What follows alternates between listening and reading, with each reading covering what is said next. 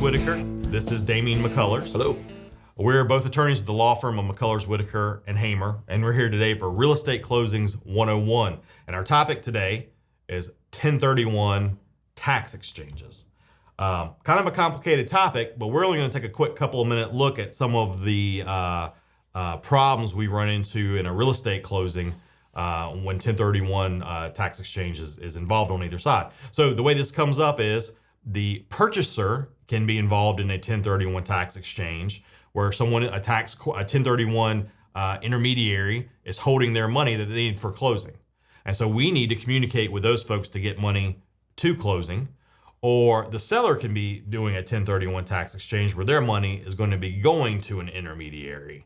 Because that's what a 1031 tax exchange is. You're buying or selling property and you're taking your proceeds and putting them into another similar property. And I'm just a lowly attorney. I'm not a CPA, so I'm not here to give you tax advice, but just to tell you that's what a 1031 tax exchange is.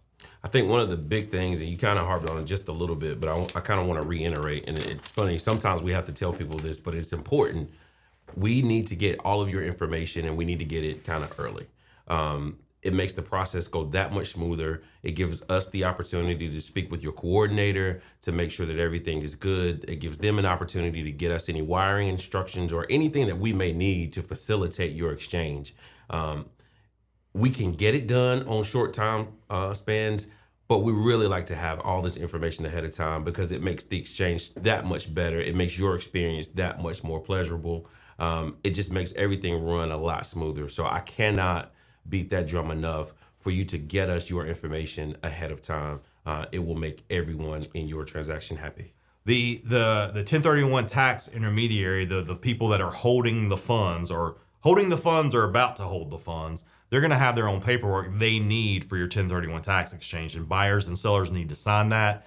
They're going to generate that after they talk to us. Sometimes sellers sign in advance. So we need all that paperwork as soon as we can get it.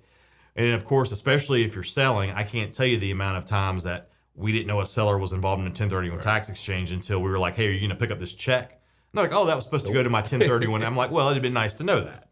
Or when they're upset with us because we didn't send it to the 1031, right? And we had no idea. And we've talked about this before, and I'll insert it here again. We don't represent the seller in any way, shape, form, or fashion. We represent the buyer. And we're not going to do anything to harm the seller. We're not out to hurt the seller, but we owe them a very low duty. And if you don't tell us something like this and it's after the fact, you botched your 1031 tax exchange and you're going to need someone to help you figure out how to fix it. And it ain't us because we don't represent you. But that's a 1031 tax exchange, in a nutshell. And again, we're on Real Estate Closings 101. We're just focused on how it affects the actual closing. And again, a running theme in all these, communicate with us. Just let us know what's going on. There's not much we haven't seen in our 15, 16 years of doing this. We just need to know.